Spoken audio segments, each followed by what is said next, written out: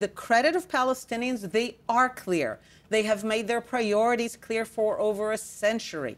What October 7th required is massive investment in infrastructure, strategy, financial planning. So I think we can put to bed any notion of the Palestinians as this charity, helpless basket case, and just understand that they are a people with substantial capabilities, just screwed up priorities. Shalom and welcome to State of the Nation. I'm Israeli government spokesman Eylon Levy, here to take you between the lines and beyond the headlines, the biggest stories. It's February 16th, day 133 of the October 7th war. In Gaza, since the start of the war, Hamas has been waging war out of hospitals. Yesterday, the IDF began a precise and limited operation in the Nasser hospital in Khan Yunis, based on credible intelligence that Hamas might be storing the dead bodies of murdered hostages in the hospital.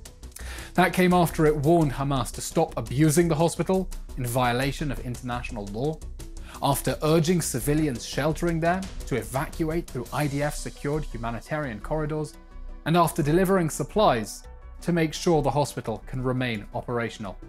The IDF arrested several Hamas suspects based inside.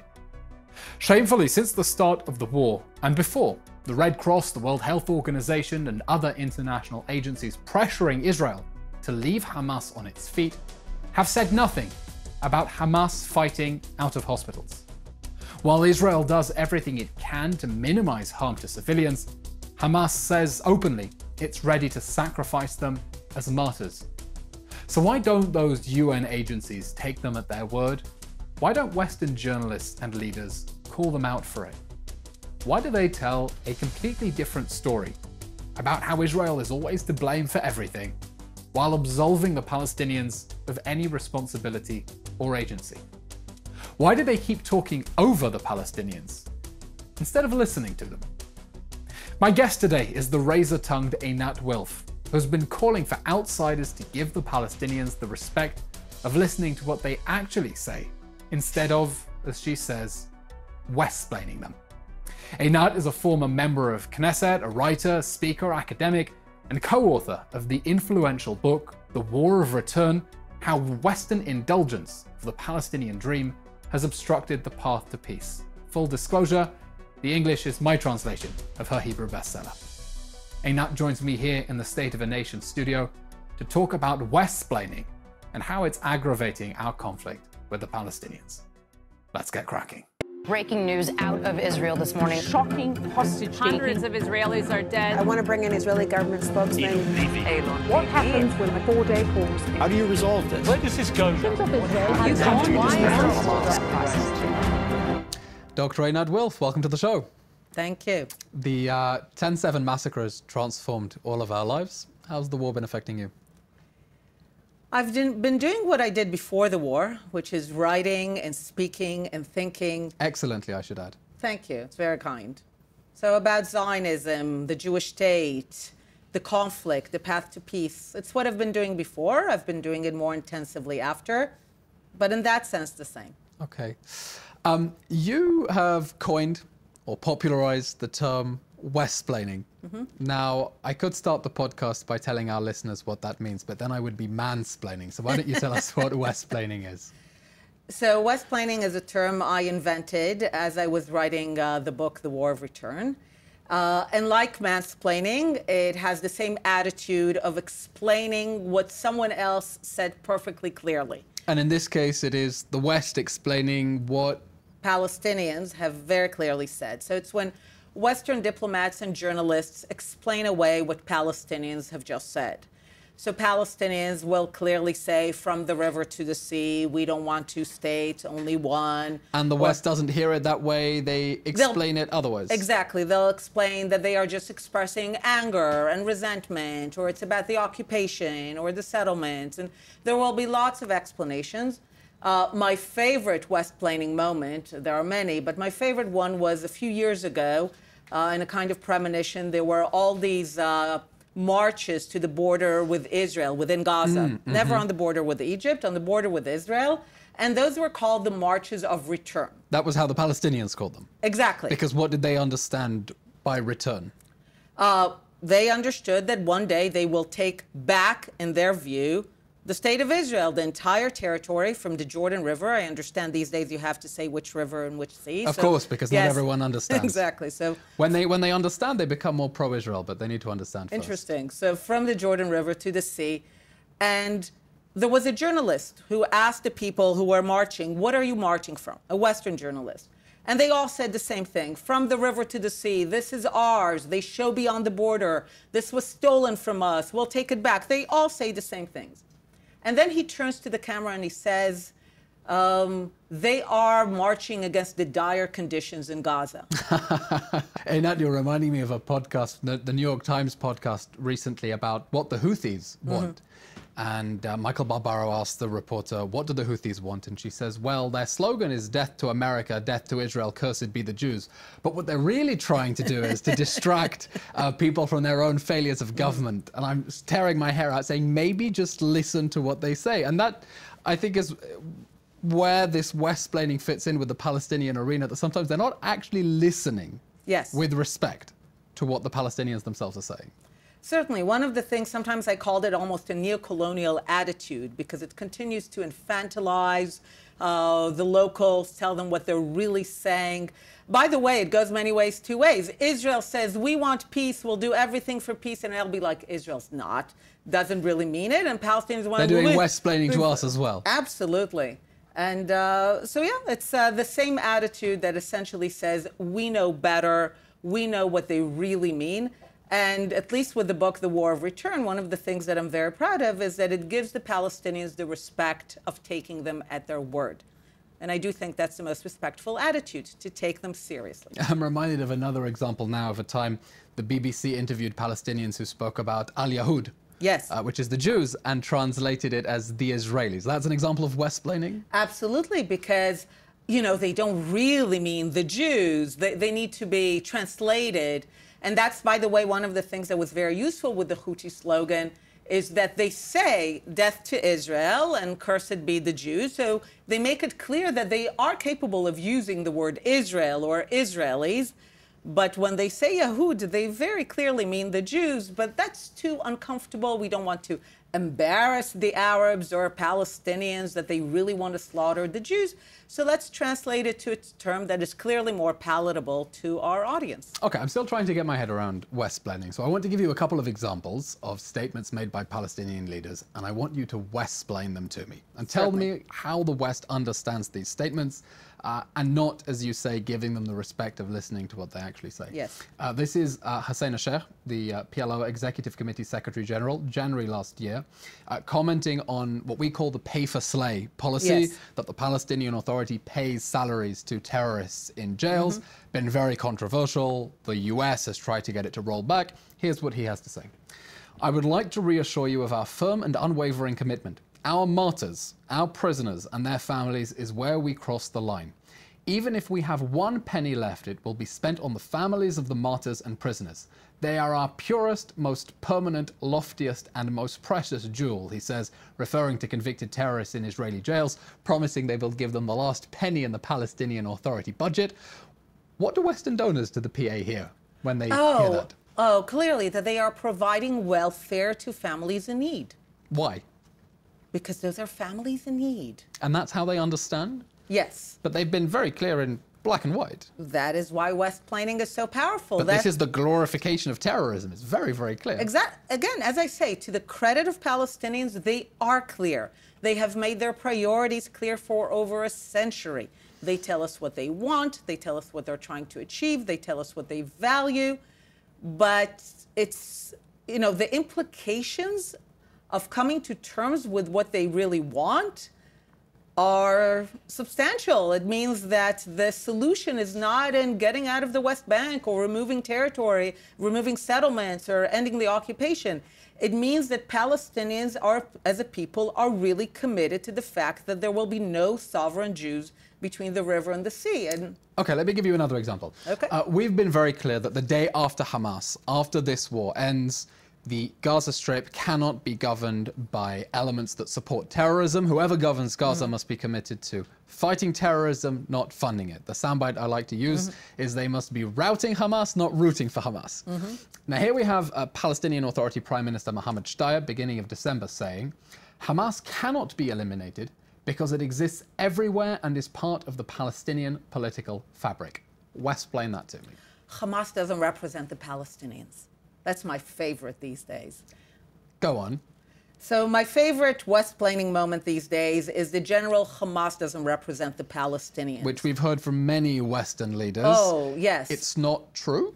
Absolutely. And they tell you, Hamas represents us. We love them. We love what they did. And these are their rivals. This is the Fatah party. This is their rivals. Any notion that in that sense they are moderates, and they say they are part of us. They are who they are. They represent our deepest ethos, our deepest identity.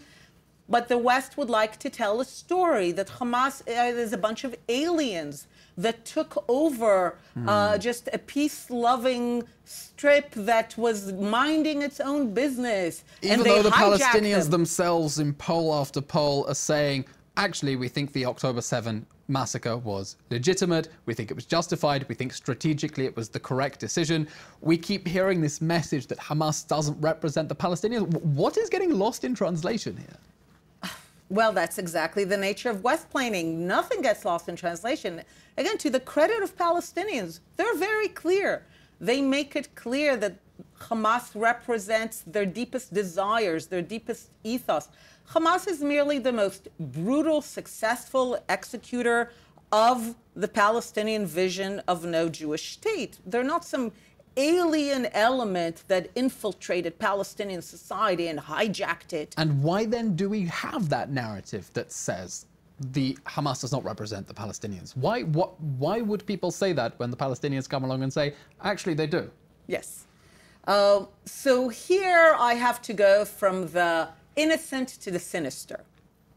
The innocent explanation is the neocolonial one, that Westerners... That's the innocent explanation. That's the innocent. Okay, I want to hear what the sinister one is.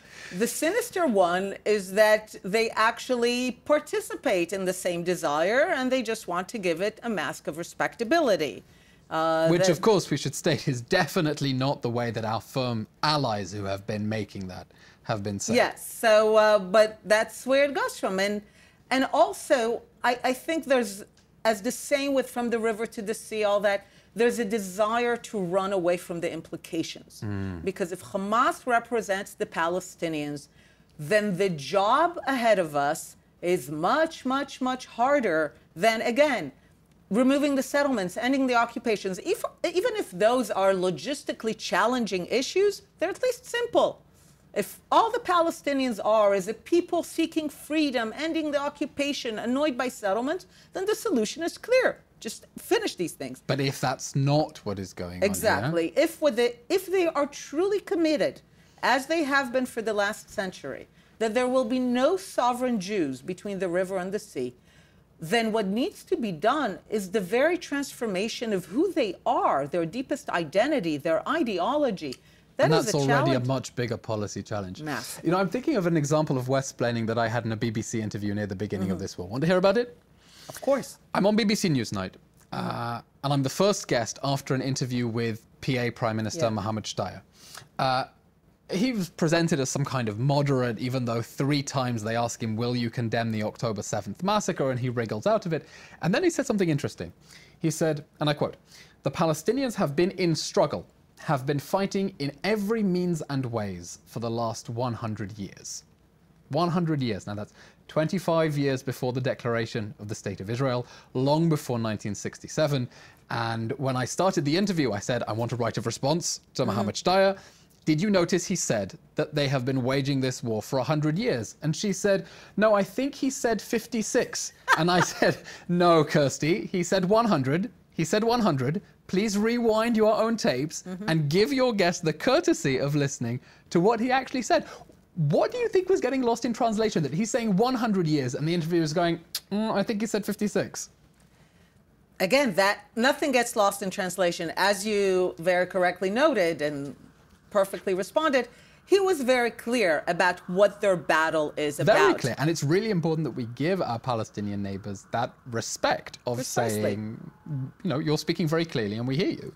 Again, but this, you said this was a British interview. Well, if they acknowledge that it's a 100-year battle, they have to begin to acknowledge their complicity. The fact that they caved in to Arab violence in the 20s and 30s. Do you think all of that is going through the journalist's head when...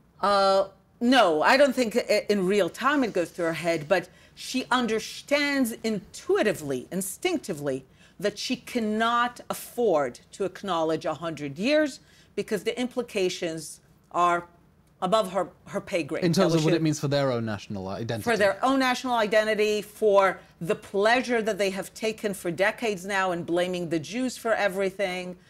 Well, let me push back a little bit, because when October 7th happened, it was a moment that really tore the mask off. And it was clear to everyone what was happening. And I was personally astonished by a statement from the European Commission President, Ursula von der Leyen, who said, and this is a really astonishing quote, "These innocents were killed for one single reason, for being Jewish and living in the state of Israel." And it sounds like she listened to Hamas and understood exactly what Hamas was saying and wasn't trying to put lipstick on a pig there. And you're right, there was a moment that there was almost a tear in reality, that the horror of it, the brutality... Suddenly brought everything into focus. Yes, the intentionality of it. But you know as well as anyone, she is under massive attack for the positions that she took. And she has really been a very stalwart ally of Israel and has really, to her credit, stuck her neck out and been a very firm friend of the Jewish people. Yes, and I think what we've seen is in many ways people had to double down. Either people saw what was happening and that's it, they were clear and they're weathering massive attacks, or they had to increase the level of Westsplaining. I think this is why the genocide case is taking place, because they had to... An absurd blood libel by South Africa that has decided to play advocate for the devil in the soundbite I'm using and act as the legal arm of Hamas. Precisely. But the whole idea was to ex post facto to justify the horror by essentially saying this is a horror committed against people who are by their nature Nazis. So anything is justified. And I think you're seeing this bifurcation, and the Westsplaining is becoming even more extreme. Let's talk about some Westsplaining in the context of what's been happening since October 7th. The IDF has uncovered a vast tunnel network underneath the Gaza Strip. Really, one of the most, I fudge this word every time, I'll try to say it, megalomaniacal, I think I got it, megalomaniacal building projects. Yeah. According to the New York Times, it might be 1.5 times longer than the London Underground or the New York subway. Now that sort of challenges the narrative in the West about the Palestinians being poor and helpless. What are you seeing there? Absolutely. I've been arguing that October 7th should put an end to any mythology of the poor Palestinians. What October 7th required is massive investment in infrastructure, planning, strategy, financial planning, economic planning, vision, a very perverse kind of vision, but vision. But a grandiose vision. Yes. So I think we can put to bed any notion of the Palestinians as this charity, helpless basket case, and just understand that they are a people with substantial capabilities, just screwed up priorities. They are a people... Gaza's problem has never been resources. No. They had resources to build 1.5 London Undergrounds. The problem was priorities, and they prioritized the massacre. Simple as that. And they have prioritized no Jewish state, anywhere from the river to the sea. They have prioritized turning Gaza literally into a launching pad from which they can liberate and take back the land, ensure that there's no Jewish state. That has been their priority as a people. And Hamas executed that on behalf of their people. I visited one of the Hamas terror tunnels a few weeks ago. It's an extraordinary experience if you ever get a chance. I'm sure. 400 meters away from the Erez crossing, this opening that looks like a portal into another world. I'm hearing the Stranger Things theme tune going through my head. God. Okay. And it stretches for 4 kilometers into the Gaza Strip. And you look at all that concrete and the ventilation shafts and the electricity, and you think, not only how much money and concrete was poured in, money and concrete that the international community was sending in as quote-unquote humanitarian aid, you're really struck by how much engineering talent and creativity went into this project.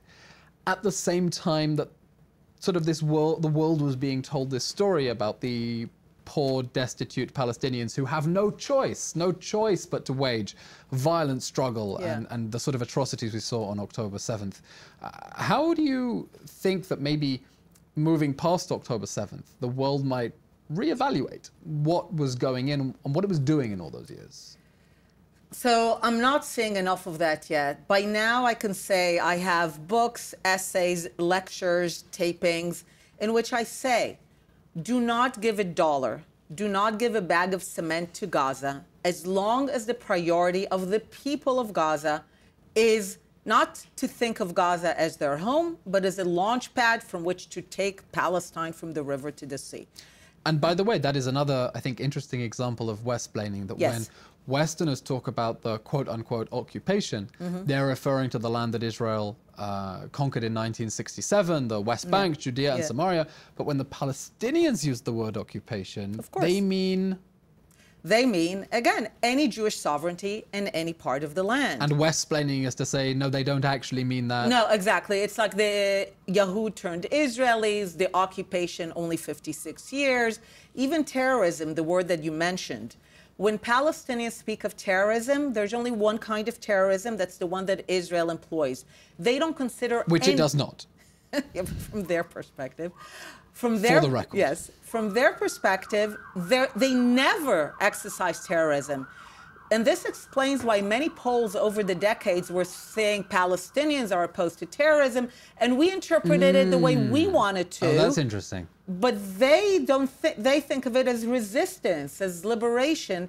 So they never consider what they're doing terrorism. So when you tell them Gaza has to fight against terrorism, they're like, sure. No, Einat, it sounds like you're generalizing just a little bit when you say they, as if like it's one big monolithic group and they all have the same opinion. So that is the comment I get most often. People rebel against this notion of... I do have to push back, yeah. I get it, and people do push back, and I always say, look, I have made it so easy to take me down. I have made it so easy to undermine my argument. Go ahead and bring me Palestinians who, in their own voice and publicly, precisely because of Westsplaining, I refuse to hear from any Westerner or even Israeli who says, oh, I've heard them say that. It has to be public, it has to be in their own voice, and it has to be specific. It can't be, oh, we just want the violence to end, or we want peace, or this is terrible. They have to say clearly, the Jewish people as a people have the equal right to self-determination in their historical homeland, which is here. We just want to live next to the Jewish state of Israel rather than instead of it. Which is what the West assumes that they want, and therefore will be willing to sign a final status peace treaty because that's really what they want and just have to get the right conditions for Precisely. A classic Westsplaining is two states. When Westerners say two states, they assume one of them is Jewish. When Arabs say two states and you think, oh, they're moderate, they think one Palestinian Arab state in the West Bank and Gaza and another Palestinian Arab state to replace Israel. Whoa, what do you mean? So they have this idea called the right of return, which is neither a right nor a return, but they believe it exists, which means that millions of Palestinians, descendants of the original refugees from the 1948 war, believe they have a right that supersedes Israeli sovereignty to settle in Israel. The numbers are such that this is the mechanism by which the Jews become a minority in another Arab Palestinian state. Because this is a status of refugee that is inherited down the generations as opposed to the other UN Commission for Refugee definition that would have negated their refugee status. And so if we look then about Westsplaining specifically in the question of the refugee status, I find that Western diplomats speak of the refugee issue as if, well, this is a bargaining chip, it's a final status issue, and when the day comes, the Palestinians will be willing to, they're making this claim, but they're just chest thumping, and we'll put this to one side and we can have a peace treaty. But when the West is saying you are refugees, including 70% of people in Gaza who are classified as refugees and get their health and education services from refugees, and they say they're refugees, they don't mean the same thing, do they? What's not getting lost in translation? So again, assuming you push aside any sinister interpretations, what is going on is that from the from the Arab-Palestinian perspective, they're very clear. The perpetuation of this idea of being refugees, they're not refugees. The idea in the West that this is... And they're not refugees, it's important to state for the record, because... They're not refugees because they either live in Gaza or the West Bank, have been born there, never been out of there. They're not refugees from Palestine. Oh gosh, and here we have another example of Westsplaining, which is when the international community says the Palestinian Authority must govern Gaza. And you say, but the Palestinian Authority doesn't even govern the parts of the West Bank that are nominally under its control, the so-called refugee camps, where they say, no, until we resolve this conflict, the UN has a responsibility to provide health and welfare services. So why would they provide those services for the 70% of people in Gaza who are considered refugees? More than that, the Palestinian Authority brings every high-level visitor to a refugee camp. Really? And no, we take them to Yad Vashem and they take them to... Yeah, and they're, Prince William came there, and I remember thinking, does no one ever ask, why is the Palestinian Authority and these high-level visitors always write on their visitors that they're visiting Palestine? Very well, you're visiting Palestine. As far as you're concerned, Palestine exists. Do you wonder why the first kind of thing you're visiting is a refugee camp of people who are born in Palestine, never left Palestine, and are refugees from Palestine? Something doesn't seem to add up. Yes, and yet no one bothers to ask. But you talked about the idea that this is a bargaining chip. Now, this was a legitimate idea in the 90s, okay? Once the Palestinians will finally get what we thought they wanted, what we Westsplained that they wanted, a state, end of the occupation, sovereignty, no settlements, once they'll get that, then they'll forego this crazy idea of a right of return because it's a bargaining chip. But that is still the Western conception at the moment. Now that we're in the middle of the war and they're talking about needing to have the vision of a two-state solution, they're assuming that that is what the Palestinians still actually want. But now it's not a legitimate view, because by now we have enough experience to know that at the critical moments, in 2000 with Barak, in 2008 with Olmert, when they could have had... When there were peace negotiations that nearly led to an agreement. Exactly, and they could have had their own state, no settlements, no occupation, and the price of that was to let the Jewish state be, which means they are not refugees, there's no right of return. They walked away with Abu Mazen saying clearly to Condoleezza Rice, I cannot tell, at the time it was 4 million refugees, that they're not going, he said home, but essentially settling in Israel. So look, we can treat this as something amusing. Look how inconsistent all these Western diplomats are, and their positions don't quite add up. But it has real-world effects, and we are experiencing that in the flesh now, with the October 7 massacre, with the terrorists who perpetrated that massacre, who are the product of 16 years of Hamas rule. They are the product of UNRWA schools as well, just as those camps. They're not camps, they're neighborhoods with multiple-story concrete buildings. Have always produced terrorists committed to this vision of the violent, they say, liberation, conquest of the State of Israel. How are we, in this war, experiencing Westsplaining around that question of refugees? The 70% of people in Gaza who the UN is saying are refugees. What are the real consequences of that?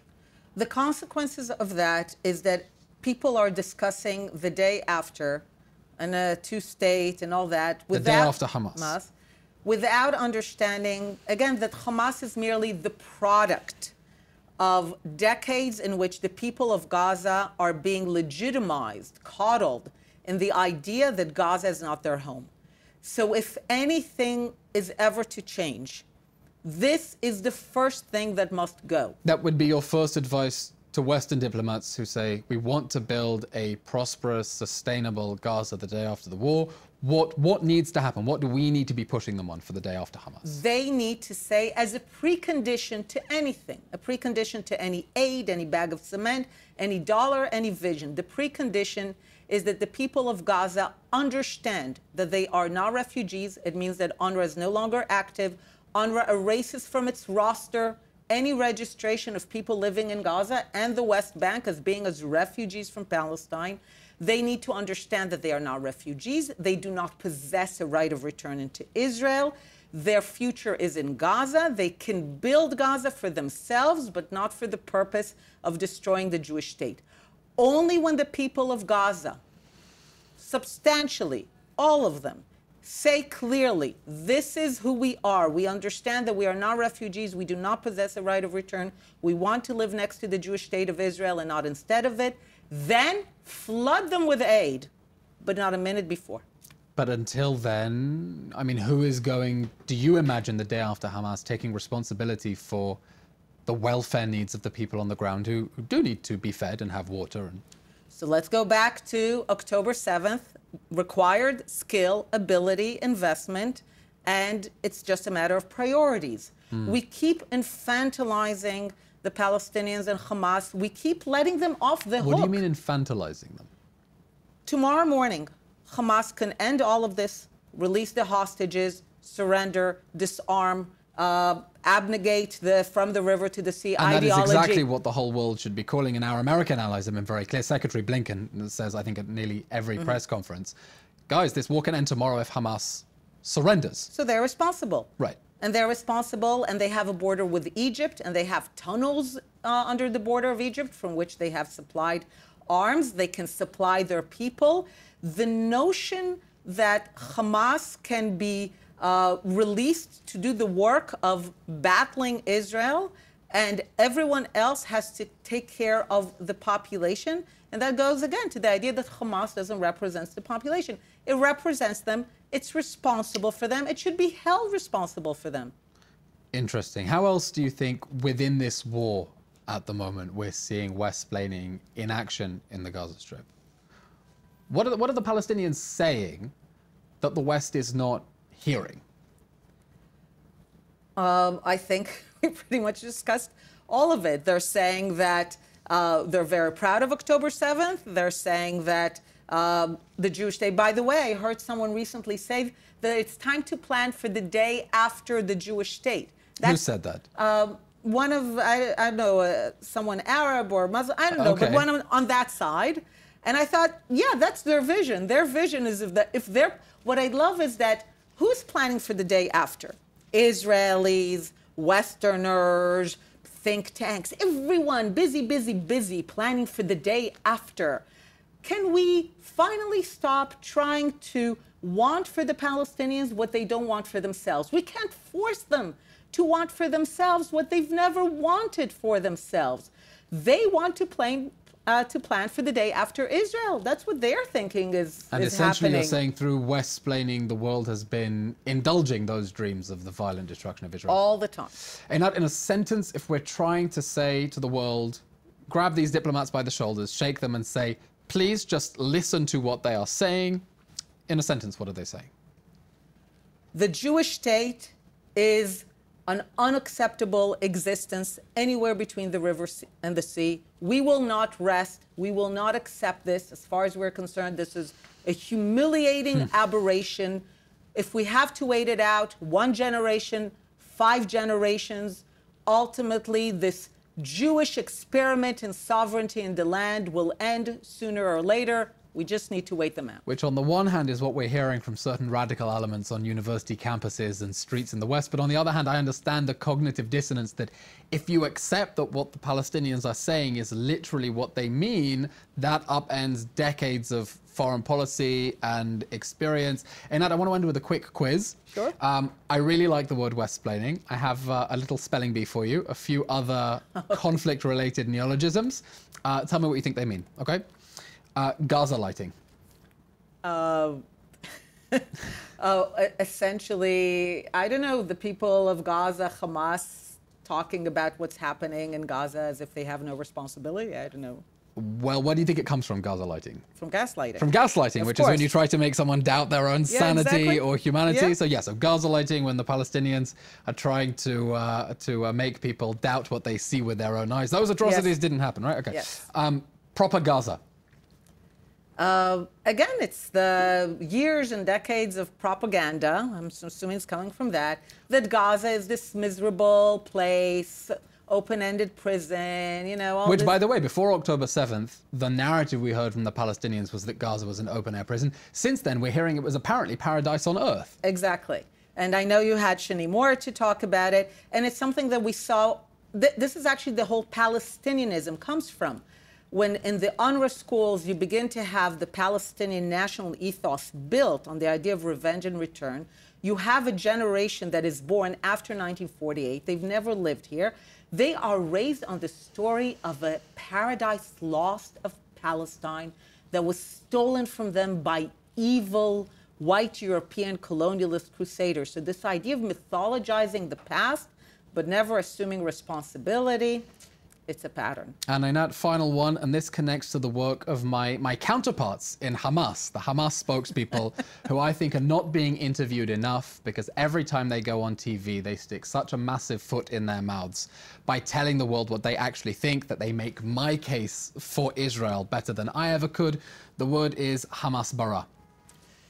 You just defined it. It's when Hamas goes, even though recently they're actually trying to be smarter about it. They issued this notion that they have nothing against Jews, only Zionists. Okay, very convincing difference. Yes, I think they're beginning to catch on how to speak They don't to hate the Jews, West. they only hate Jews who stand up for themselves. Precisely. Einat Wilf, thank you very much for joining us. Thank you for having me.